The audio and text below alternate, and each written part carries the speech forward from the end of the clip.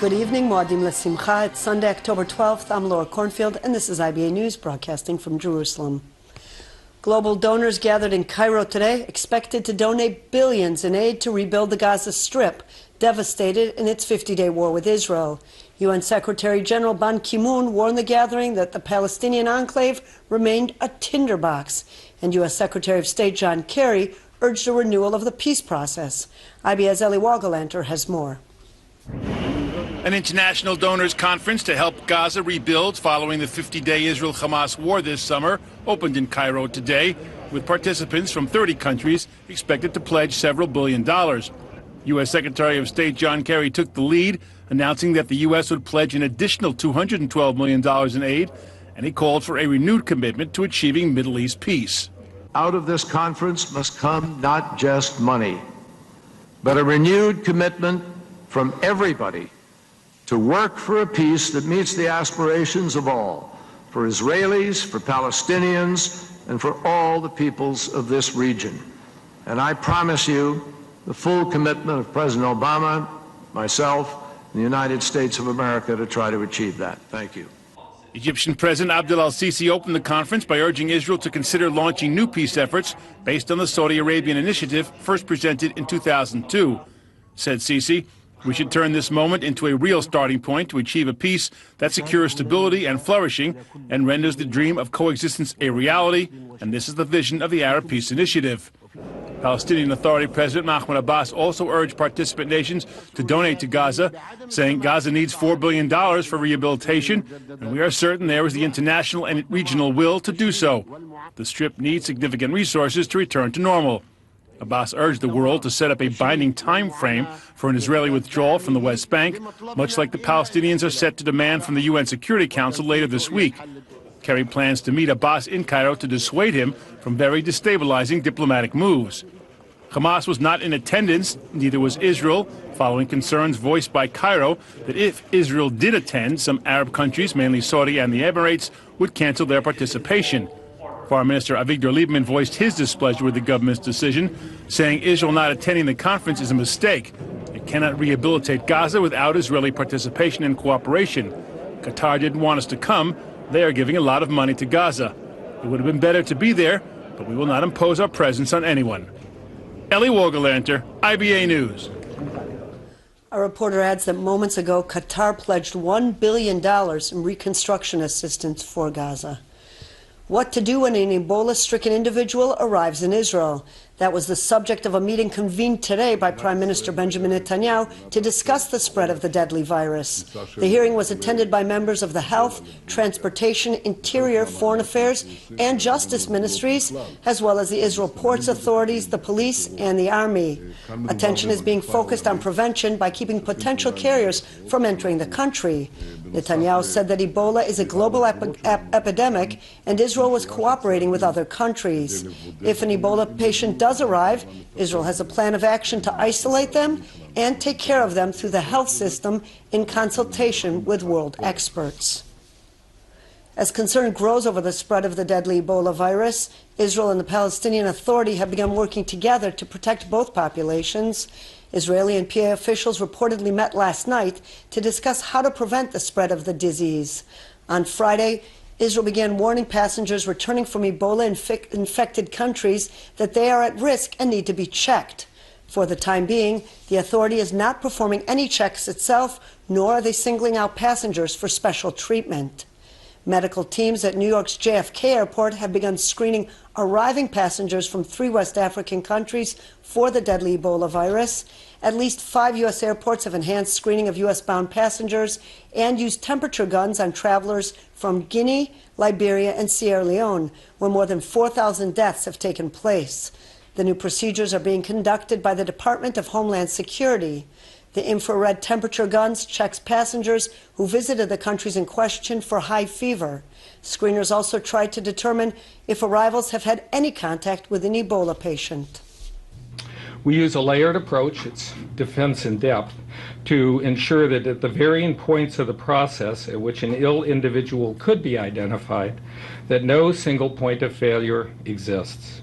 CBP is focused on protecting the air traveling public and is taking steps to ensure that passengers with communicable diseases like Ebola are identified, isolated, and quickly and safely referred to medical personnel.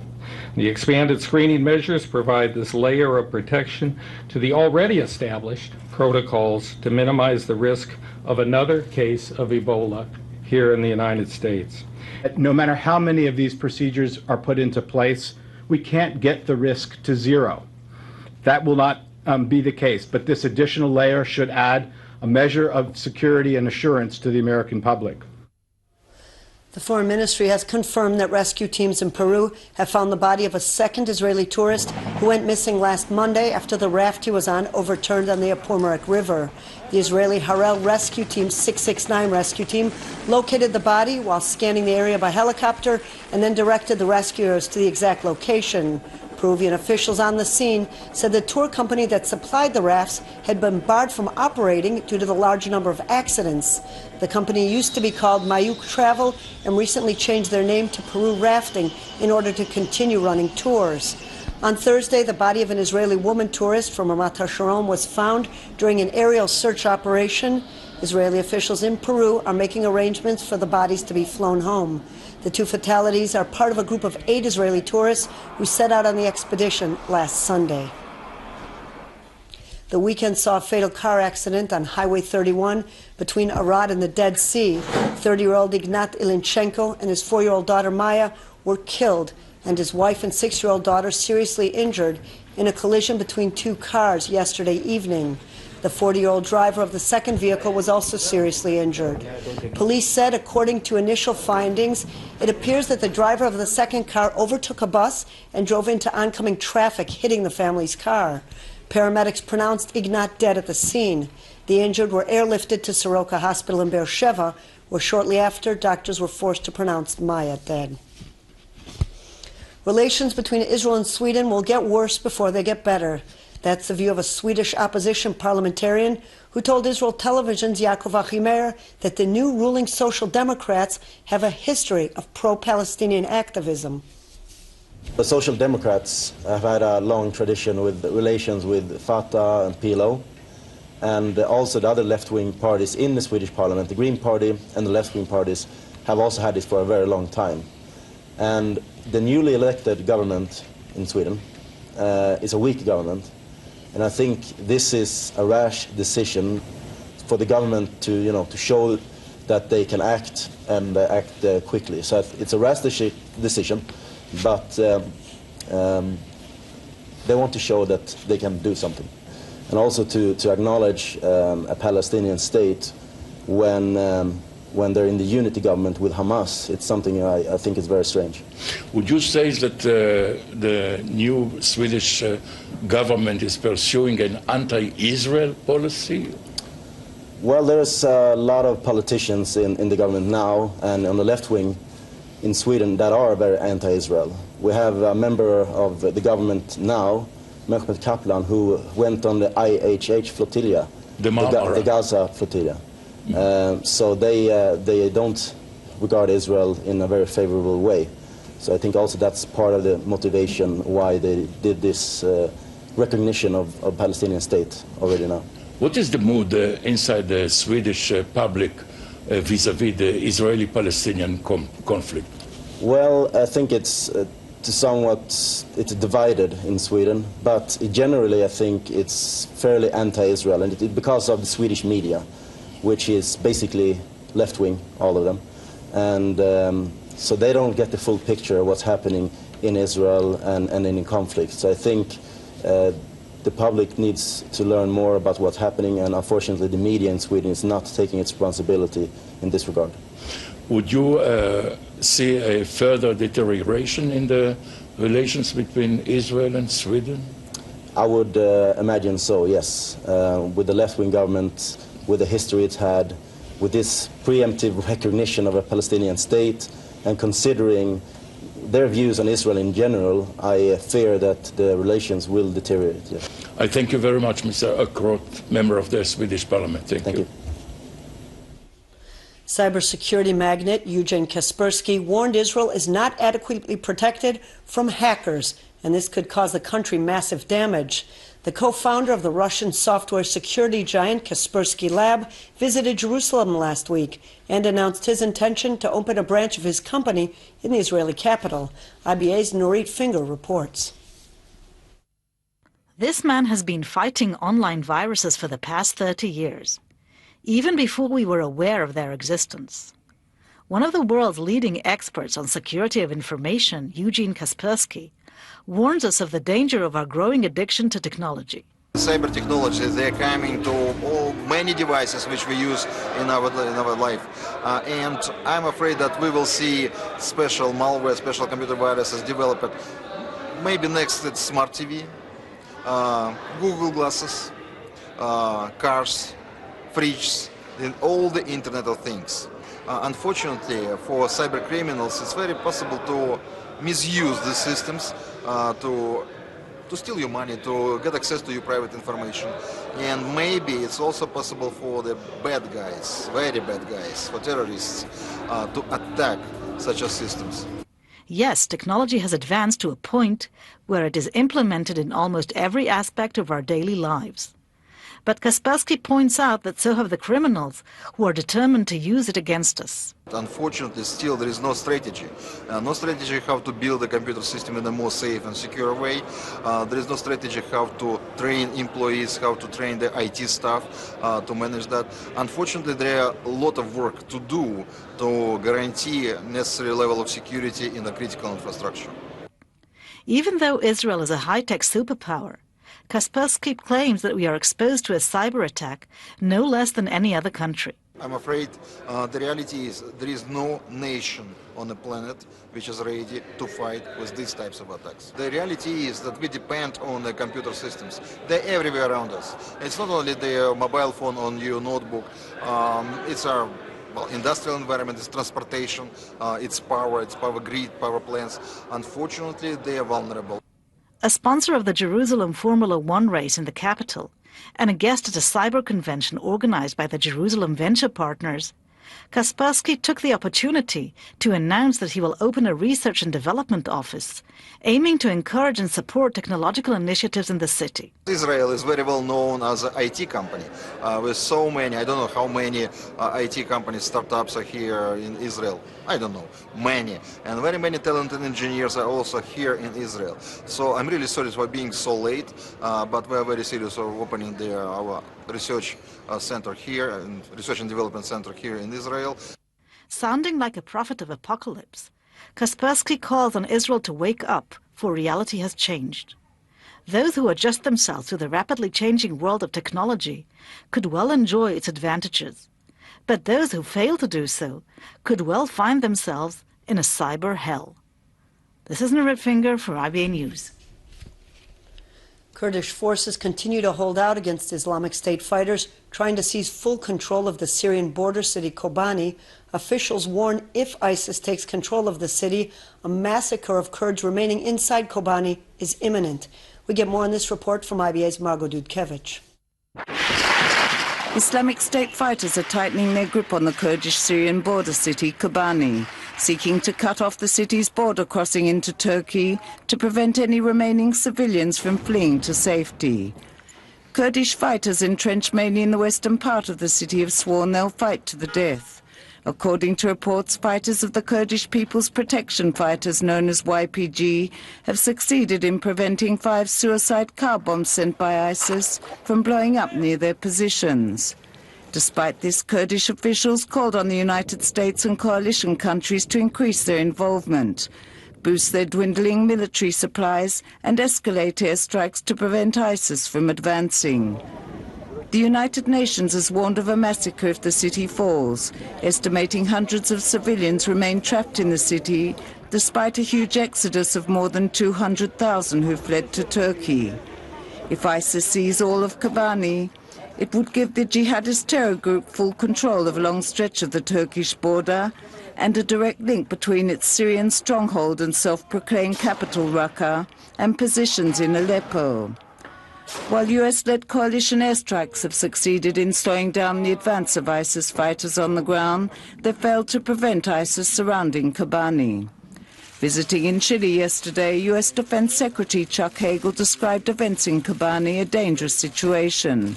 It is a situation where ISIL is threatening the town. We know ISIL is occupying parts of the outskirts of Kobani. It is a dangerous situation, and we recognize that. We are doing what we can do through our airstrikes to help drive back ISIL. And in fact, there has been some progress made in that area. At the border, Turkish tanks continue to monitor Kobani from a distance, repelling pressure from the US and other coalition countries to open its border and supply Kurd forces with arms to prevent their inevitable defeat. According to reports, Turkey has agreed to allow special US and Turkish forces to train some 2,000 Syrian fighters on Turkish soil. As you know, we'll have teams from European Command and Central Command there in Turkey next week. They'll be spending a good deal next week working with the Turkish General Staff and appropriate leaders, going through the specifics of Turkey's commitments to help the coalition specifically train and equip areas of their contributions. In Europe, thousands of Kurd nationals took to the streets in Paris and Dusseldorf and called on the world to pledge its support for the Kurdish people in its fight against ISIS, and that to prevent a massacre in Kobani from occurring. Margot Dukevich, IBA News. In more local news, pilots from Israel's Arkia Airlines announced a strike today, grounding all flights to Eilat, causing havoc with holidaymakers who plan to fly down to the southern resort town over the Sukkot holiday. The striking pilots all fly domestic routes and are demanding Arkia include them in a collective agreement reached by the union that is currently restricted to the company's pilots who fly abroad. Thousands of Jews from Israel and around the world gathered in the Western Wall Plaza this morning for the traditional priestly blessing ceremony held annually during the intermediate days of Sukkot. Priests, or Kohanim, lead the communal prayers by chanting 3 consecutive verses of the Torah, 1 word at a time. The ceremony was held under tight security following multiple incidents of Arab rioting on the Temple Mount. The Jerusalem District Police stepped up its patrols in the area, fearing more disruptions. Several public dignitaries, including Ashkenazic Chief Rabbi David Lau and Sephardic Chief Rabbi Yitzchak Yosef, were in attendance, as well as tourists from around the world. Here, this is the biggest Birkat Kohanim that I've ever been to. There are hundreds of Kohanim here, and it's really nice to see all the Kohanim from around the state of Israel and from abroad like me to come together to bless the entire Kotel and the entire nation of the Jewish people, and it's really, really special to me. Legendary Israeli basketball player Tanchum Cohen-Mintz, who died over the weekend at the age of 75, will be laid to rest tomorrow afternoon at the Kiryat Shoel Cemetery in Tel Aviv. Earlier in the day, his casket will lay in state at Maccabi Tel Aviv's home court at the Nokia Basketball Arena, where eulogies will be delivered. Cohen-Mintz played on Maccabi Tel Aviv and the national team, and the 2-meter, 4-centimeter tall player was considered the country's greatest center of all time. His team took 11 championship titles and 10 cup titles. His career spanned 20 years before he took off his uniform at the age of 38. Cohen-Mintz appeared on the court 89 times with the national team, scoring over 1,000 points. Despite his acknowledged success, Cohen-Mintz was known as a modest man and a gentleman. There was a hero's welcome in Herzliya yesterday as a group of 6 swimmers arrived at the Israeli shores after achieving a world record 380 kilometers for open water relay distance swimming. The Israeli team left Paphos at the western end of Cyprus on October 5th and reached home 6 days later, accompanied by their support yacht. During the 123-hour and 10-minute marathon, the swimmers took turns swimming for about an hour each leg and then rested until their turn comes around. All 6 swam the final leg to the Herzliya Marina and reached the shore to the delight of well-wishers. The new record bettered the previous mark of 367 kilometers set by U.S. swimmers off the coast of California last year. The 6 Israelis range in age from 44 to 66. This was the second attempt by the group after failing to complete the distance last year due to stormy weather. The Israeli team dedicated their record swim to the fight to keep the seas clean. Unbelievably, this team came together. It was so, I'll almost say, so easy to do it with this team. It wasn't easy, but they made it easy. And not to forget, our goal was to bring to the attention of everybody here in Israel and all over the world. Clean seas. We need clean seas. We have to send all the spots. We know we broke it, but it's not allowed to say it now because we want the insurance of the WOSA, it's the International Open Water. And we send the mail. We're hoping in a couple of hours to get the response that we're the new world record. It's going to happen probably soon. Turning to arts and entertainment, and a Canadian choreographer, Marie Chonard, returns to the country with a world-renowned dance company as part of the Israeli opera's 30th anniversary celebrations. This week at the Tel Aviv Performing Arts Center, they were presenting her mesmerizing, very erotic, and unconventional interpretation of Stravinsky's classic Rite of Spring. Chonard has created a series of solo dances with movement and energy flowing from every dancer. Performances will take place from Wednesday through Friday, with ticket prices ranging from 149 to 299 shekels.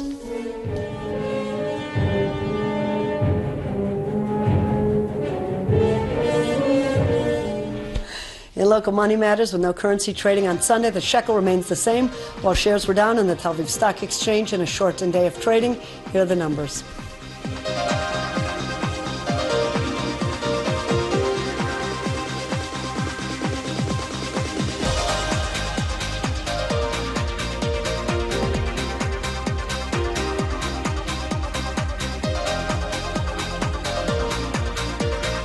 Turning to the weather and chances of light local rain tomorrow under partly cloudy skies. Here are the highs and lows for the next 24 hours.